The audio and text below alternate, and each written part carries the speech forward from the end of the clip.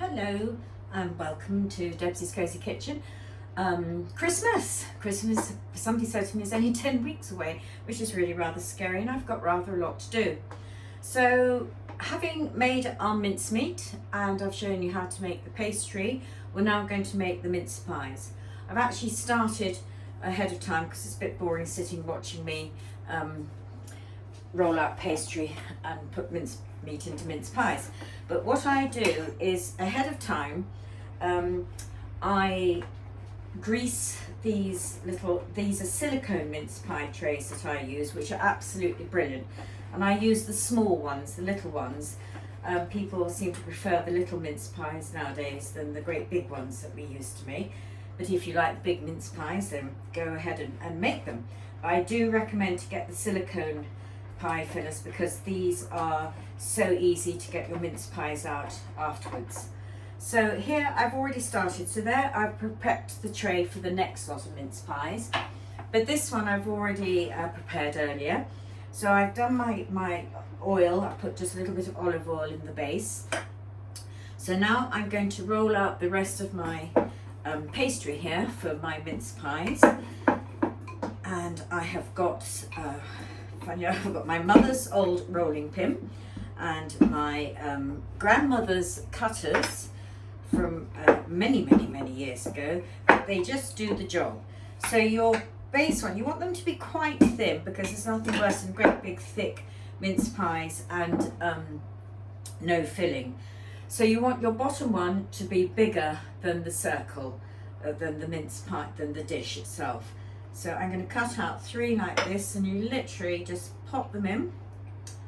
And it goes 1, 2, and 3.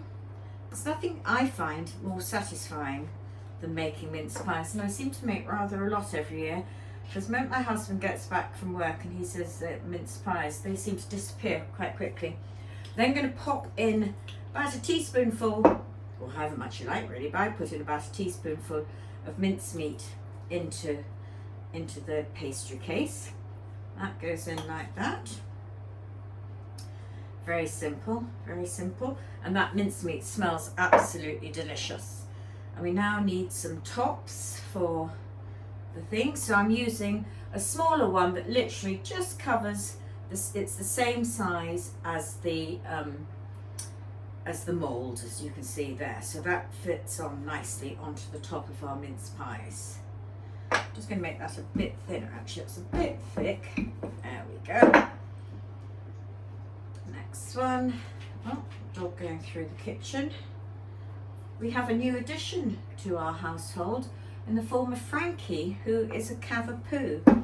Because I very sadly had to have my beautiful working cocker spaniel Max put down. And Holly, who you've all met in the garden and out picking sloes, was very lonely. So we got a little puppy called Frankie Cavapoo, who is 14 weeks old, I think now. Anyway, back to the mince pies. So now you've put your lid on, you literally just press around the edges. Just press that down, all of them. And then what I'm going to do is coat them, brush them with some milk. And these don't take very long to cook either, and they're very easy to eat. Except my daughter's partner, Matt, he loves mince pies. And last year he said to me, he said, Mrs. P, he said, rather than making me sort of 30 or 40 mince pies to eat, could you just make me one great big one? So what I'm going to do while these are cooking in the oven is actually make him one in a big round tray, which he loves. And he sits down and he eats the whole thing usually as well. So now what we're going to do is just coat these very quickly in some milk. That's to make them nice and brown before they go in the oven. It's like a bit like a factory here at Christmas time. I make a friend of mine, she always has 6 dozen mince pies to give to, she owns a little B&B place, so she gives her guests mince pies for Christmas, which is rather nice. And you can decorate up a tin or something, make it look pretty. Then just going to sprinkle some caster sugar on the top, like that. Away we go. And then you just take a sharp knife and put a little cut in the top like that. That allows the steam to come out while it's baking. And that is literally that. Very simple. What I now do is I put these, actually because they're quite wobbly, onto another tray, and I'm going to pop these in the oven now, and they're on 180, and they'll probably take about 15 minutes, but just keep an eye on them. So these are going to go in, and they will come out looking absolutely delicious, and might even have a taste of one when they come out of the oven. So while my mince pies are cooking in the oven, I decided with the rest of the pastry to make this famous large mincemeat tart pie for Matt. And we will have this actually for my 70th birthday party that's coming up. So I shall pop it in the freezer and bring it out for the party. I've got a long list of, everybody keeps saying who's doing the catering for the party. And I said, well, Deb's Cosy Kitchen, of course. So those menus, those dishes will be coming up on Deb's Cosy Kitchen. Beef bourguignon, chicken and mushroom pie, cottage pie, apple pie, mince pie, and a mixed fruit crumble. Also with custard and cream, which will be delicious, absolutely delicious. So ahead of time, what I've done is I've rolled out the pastry for the base, and that hasn't been baked before, blind baked or anything like that. Then popped on the mincemeat, and I'm now hopefully going to cover the pie with this lot of pastry. So as I think when I did the apple pie, tip is to roll it over your rolling pin, lift it up, place it on the top, and roll it across. And Bob's your uncle.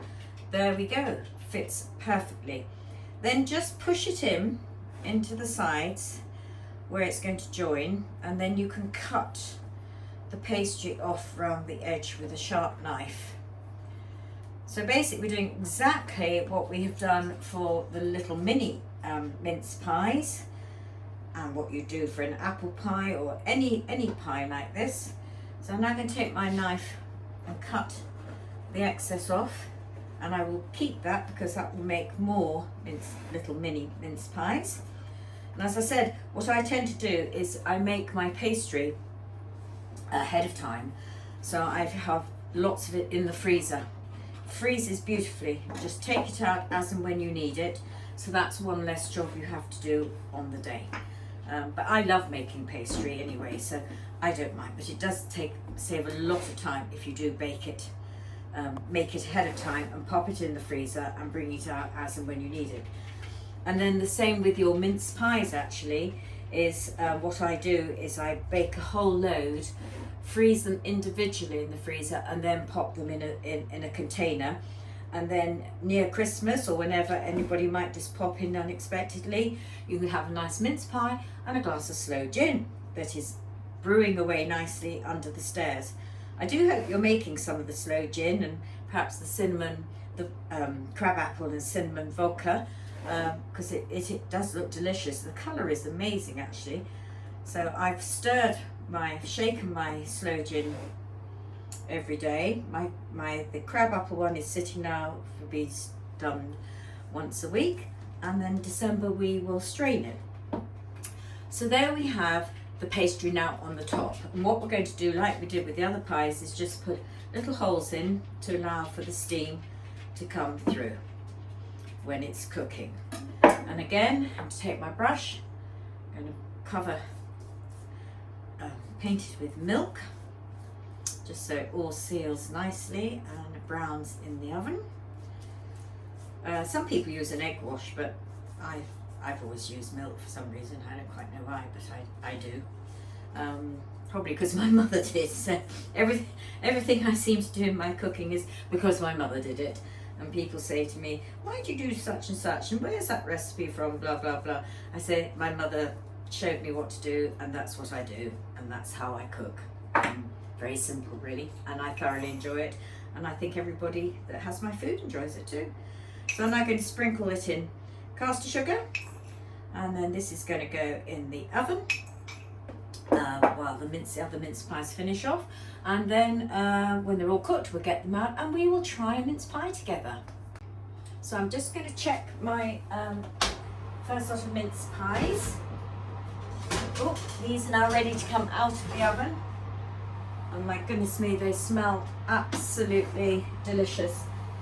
I'm going to shut that oven door because I have the big pie cooking away in there. I started to make some other little mince pies while these were cooking as well. Just going to pop that over there and transfer, if I can, the silicone dish over onto the board, like so. So I hope you can see those. Those are absolutely delicious. And I'm going to have to leave them to cool a little bit before we take them out of the silicone, because otherwise they'll all collapse in a heap. So we're just going to have to be patient and leave those there, and then by the time they've cooled down, hopefully the other pie will be ready in the oven. As you can now see, these all cooked. I've just taken the big tart out of the oven. It is looking absolutely delicious. I wish you could smell it, because honestly the smell is so sumptuous. These mince pies have just come out as well, and I've just made myself a cup of coffee because I really thought we needed to taste these mince pies. I normally don't have one till December, but hey ho, it's October. It's my birthday next week, so I'll have one. But they're really lovely, all golden, around, crisp, delicious, sorry, I couldn't say delicious, deliciously baked. And I'm now going to try some, so bear with me. Excuse me, speaking of my mouthful. That is so lovely. The pastry is buttery, orangey. The mincemeat just tastes out of this world. It really does. Finish my mouthful. Please make this recipe. It isn't difficult to do. It sounds like a lot, but honestly, when you've done your mincemeat, made your pastry, mince pies, everybody will love it, and they're all rave and want to know where you got the recipe from. So you have to tell them it's from @Deb's Cosy Kitchen. Please enjoy, and if you like this recipe, share, subscribe to @Deb's Cosy Kitchen, and we'll be back later on with some more Christmas recipes, and the next one up will be the Christmas cake. But in the meantime, I'm going to continue enjoying my mince pie and my coffee, and then back to work. Take care. Lots of love, Debs.